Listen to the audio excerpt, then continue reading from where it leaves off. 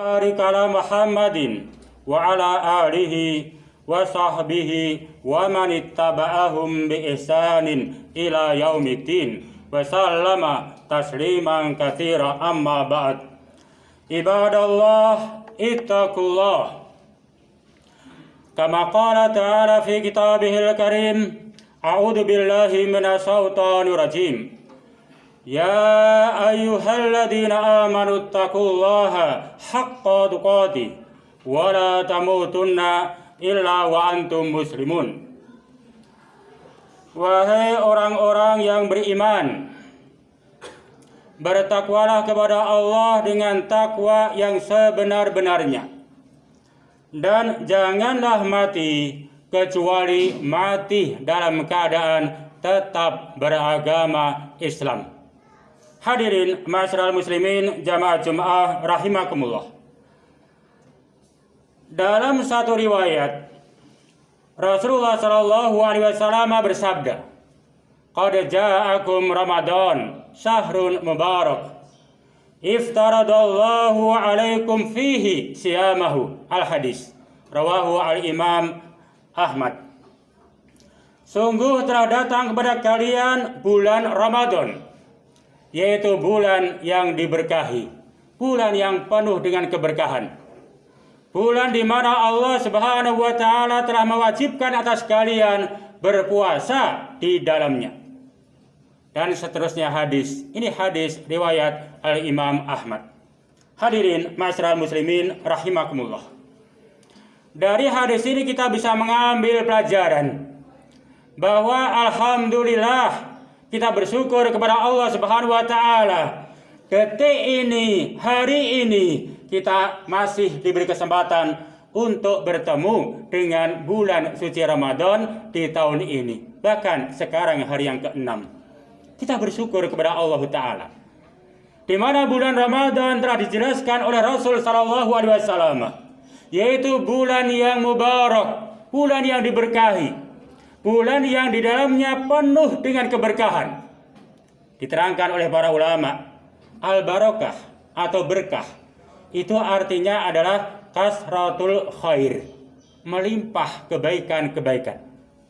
Bulan Ramadan, bulan di mana melimpah dan begitu deras kebaikan-kebaikan ada di dalamnya. Baik wujud kebaikan itu sendiri ataupun melimpah dalam pengertian pahala yang berlipat ganda. Sebelum Ramadan masjid sepi. Masuk di awal Ramadan masjid penuh. Sebelum Ramadan bacaan-bacaan Al-Quran tak terdengarkan oleh kita. Masuk di bulan Ramadan kebaikan muncul, banyak tadarusan. Ini artinya melimpah, yaitu keberkahan atau kebaikan. Atau melimpah kebaikan di sini dalam pengertian setiap amal-amal kebaikan yang dilakukan oleh seorang hamba di bulan suci Ramadan itu akan dilipat gandakan oleh Allah Subhanahu wa taala. Bahkan amalan-amalan ibadah sunnah akan dicatat oleh Allah Subhanahu wa taala sebagaimana pahala amalan ibadah wajib. Adapun amal-amal ibadah yang wajib akan Allah lipat gandakan 10 kalinya, bahkan 700 kalinya. Dalam satu firman-Nya, hadis qudsi, Allah menyatakan bahwa setiap amal manusia ini bagi manusia, illa asyam, kecuali puasa. Fa innahu li wa ana ajzi bihi. Kecuali puasa, sesungguhnya puasa adalah milikku dan aku yang akan memberikan pahala atas dia, tanpa ada nominal, tanpa ada hitungan. Ini ibadah puasa. Sehingga begitu melimpah kebaikan-kebaikan pahala di bulan suci Ramadan ini.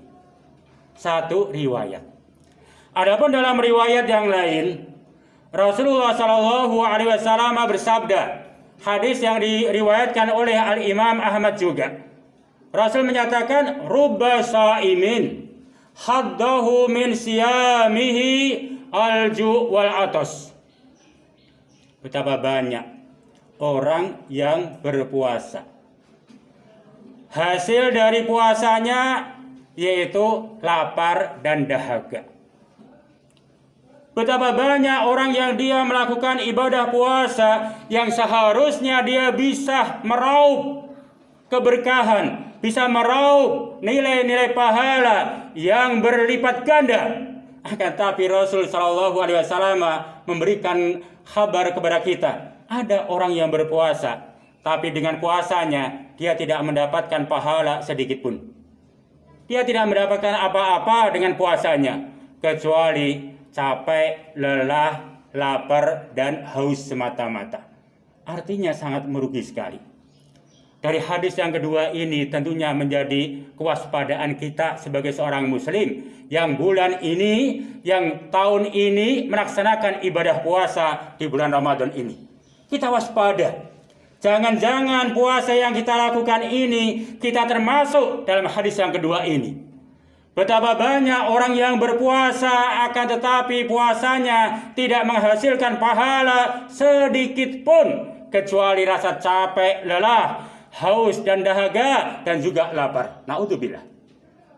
Hadirin ma'asyiral muslimin rahimakumullah. Tentunya kita bertanya, ada sebab apa berpuasa tapi tidak mendapatkan hasil sama sekali kecuali lapar dan dahaga, capek dan letih? Tentunya kita bertanya sebagai bahan introspeksi kita. Ada beberapa penjelasan bahwa ada sebab-sebab seseorang yang dia berpuasa akan tetapi dengan puasanya tidak mendapatkan apa-apa kecuali lapar dan dahaga semata. Sebab yang pertama, dia berpuasa menahan lapar, menahan haus, menahan makan, menahan minum, menahan bersenggama di siang hari dan segala yang membatalkan puasa. Akan tetapi puasa dia lakukan dengan riya, bahkan ujub, bahkan takabur. Riya artinya pamer. Dia berpuasa tapi dia pamer, dia mengharap akan pahala kepada makhluk, kepada orang lain, bukan mengharap pahala dari Allah Subhanahu wa taala. Pamer. Maka dengan pamer ini bukan membatalkan puasanya, tapi membatalkan pahala puasanya. Naudzubillah. Demikian pula ada orang yang berpuasa dia ujub. Dia berbangga diri, membanggakan apa yang telah dia lakukan dari kebaikan-kebaikan itu. Saya kok. Dia membanggakan kebaikannya sendiri. Bahkan takabur, sombong. Di samping dia membanggakan bahwa dia mampu melakukan kebaikan sendiri, dia merendahkan orang lain. Saya mah mampu, orang lain tidak mampu. Takabur ini. Baik itu riya, baik itu ujub ataupun takabur, itu bisa menghanguskan pahala amal ibadah. Sehingga dia puasa hanya mendapatkan lapar dan haus, letih dan lelah saja. Ini yang pertama. Adapun yang kedua, sebab orang berpuasa dia tidak mendapatkan apa-apa kecuali lapar dan haus semata.